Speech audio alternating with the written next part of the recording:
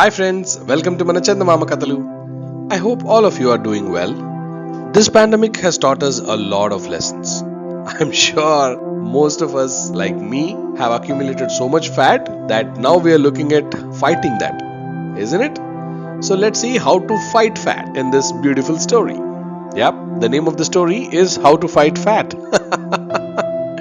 So let's go on. The Raja of Vajreshwar was fat. So fat that he was unable to walk an inch. He could only walk with support. Two hefty men walked with him on either side, almost lifting him by shoulders. In fact, he avoided walking if he could help it. But every day he had to be present at the darbar in the morning. He had to take a walk from his chambers to the hall and then back to his hall. The courtiers and the ministers would assemble first and then await the royal entry. There was a slightly long walk involved from the entrance of the darbar to the throne. The sight of the Raja being supported by two men irritated both the Raja and the courtiers. One day, the chief minister ventured to make a suggestion, though he was not quite sure how the Raja would receive it, but the Raja had reposed him so much confidence in his thought that he felt that it's his duty to tell Raja what he had in his mind. Your Majesty, may I have your permission to say something? He slowly ventured. I hope nobody is coming to wage a war with us, said Raja. No, Your Majesty. Unless, of course, you would treat it as a battle you're fighting with yourself. The chief minister took some time to come to the point. Did you say fighting with myself? Asked the Raja. I suggest, Your Majesty, from tomorrow, you may come to the Darbar hall before we all assemble, so that you need not appear to be fighting with your fat. Please forgive me if I have put it in the wrong way or bluntly. Mantriji sounded very apologetic. The Raja turned the words on his tongue. No, Mantriji, I like the way you put it.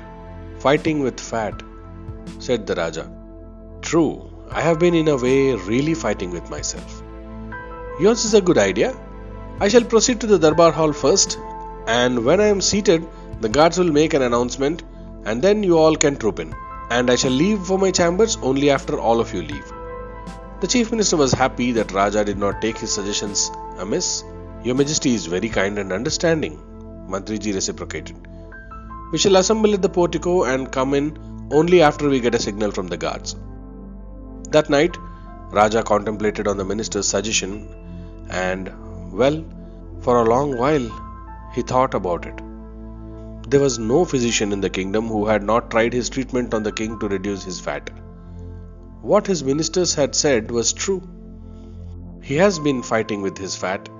Suddenly an idea struck him and he decided to give his courtiers a surprise. When the chief minister reached the palace the next morning, he found that the courtiers have already gathered at the porch. However, whoever went up to the chief minister to find out were only told they would know more when they went in. Soon one of the guards came out. You all may go in, the Raja is waiting for you. As they bowed to him before taking their seats, the Raja greeted everyone with a smile. Earlier, they used to see him exhausted after a strenuous walk, and he would not even glance them as he walked past them. When all of them were seated, the chief minister rose in his seat, but Raja signaled him to resume his seat. I wish to make an announcement, said the Raja, taking a quick glance at the people assembled there. My dear subjects, you have been putting up with my fat all these days, and I feel ashamed that I have caused so much of inconvenience. I am now announcing that whoever can get me relief will be given 1,00,000 rupees, and if he fails, he will have to suffer his incapability, even by death, because this fat is slowly killing me. Mantriji, you may pass this word to all the neighboring kingdoms. Now let the darbar start. After the darbar was over, the chief minister made arrangements for the proclamation. One day passed. None came to accept the Raja's offer. Another day and yet another day. The darbar took place every morning and the Raja would check up if anyone has responded. There was none even on the fourth day. On the fifth day, the guards at the palace gates had a caller. He introduced himself as physician Ramdas from a distant city. A message was taken to the Raja and he was called in. Now Ramdas was a poor physician.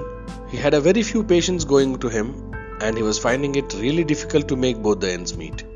It was then that he heard of the royal proclamation. 1,00,000 rupees? That should solve his immediate problems, and whatever was saved would serve him later days also, he thought. But would he be able to cure the Raja? Well, that had to be thought about. But first, let his own problems be set right, he decided. One look at Raja, and Ramdas knew he would have to strain his brain to think of a treatment for Raja's elephantine size. However, the plight of his wife and children back home goaded him to take the risk. Any risk for that matter. He accepted the conditions stipulated by the Raja, death if he failed, but demanded that 1 lakh rupees have to be paid in advance. The Raja protested. I have promised that much money only if I am cured. How can you demand the entire money in advance? Your Majesty, I need all the money to prepare the medicines. I'll have to travel a lot to get the herbs from different places, Ramdas insisted. But what's the guarantee that you'll come back? And what is the guarantee that your medicines will cure me? The Raja asked for assurance. I'll take almost 3 months to prepare the medicines, Your Majesty, explained Ramdas. I shall be here at the end of 3 months. The Raja finally agreed to Ramdas' proposition. He had waited all these months and years. Another 3 months would not make much of a difference, Raja consoled himself. With 1 lakh rupees in his bag, Ramdas went home. The poor family's lifestyle suddenly changed and things began to look better. Every now and then his wife would ask him, have you started preparing for medicines? I haven't yet decided on the prescription, replied Ramdas, scratching his head. He was really scratching his head, wondering how he would face the Raja at the end of 3 months. There was one more day left. That night, his wife, children, and the neighbors woke up hearing his shrieks and shouts. They found him banging his head, arms, and legs against the pillars and walls. He has injured himself all over the body. They could not think of any reason for his strange behavior. Perhaps he was possessed by some evil spirit. They made him lie down and fanned him to sleep. The whole of next day he slept like a log. On the 91st day, the royal messengers were at his door. He showed them his wounds and bruises and told them that he would not be able to come to the Raja all by himself. The next day, the Raja sent him a palanquin. As soon as he reached the palace, he told Raja, Your Majesty, I was preparing the medicines late in night when the devil Kala from the other world appeared before me and asked, whose life are you trying to save? And when I mentioned your name, he laughed aloud. Don't you know that he is going to die within a week? I told him that I had promised to cure you, whereupon he began to beat me black and blue.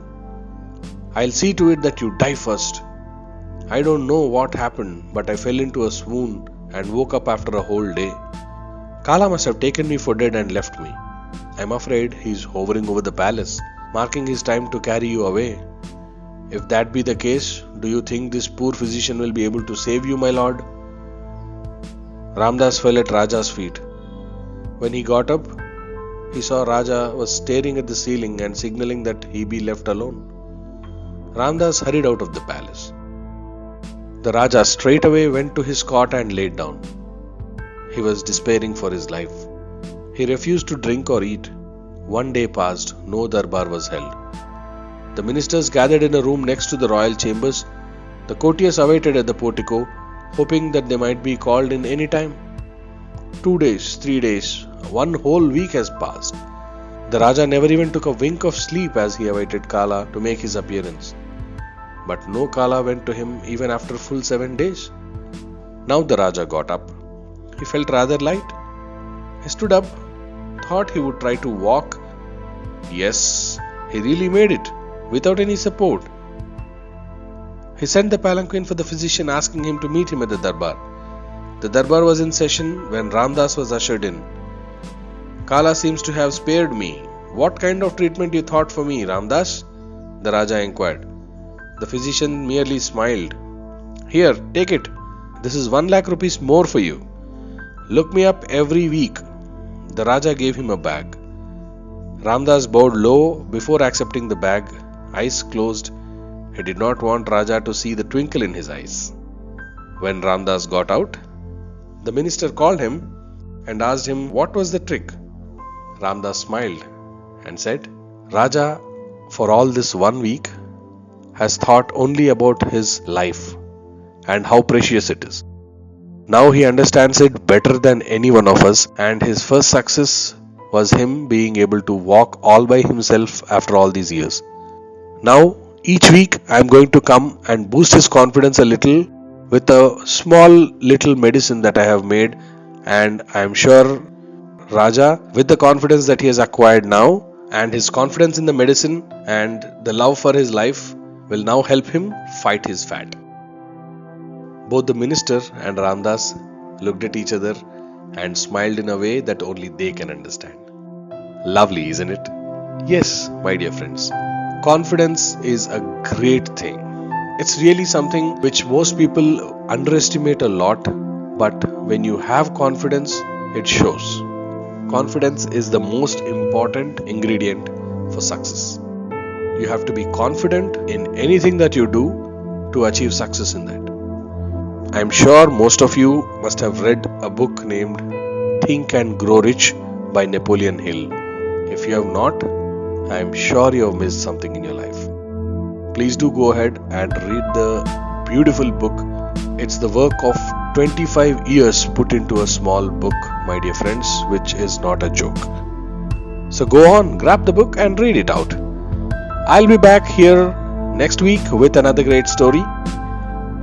If you like this video, please do press the like button and share it with all your friends. Please do not forget to subscribe my channel, and if you are here for all these beautiful stories, I am sure you'll love all your friends to be here for these stories. Please do not forget to hit the bell icon so that all the notifications come down running straight away to your YouTube app. See you next week with another beautiful story. Until then,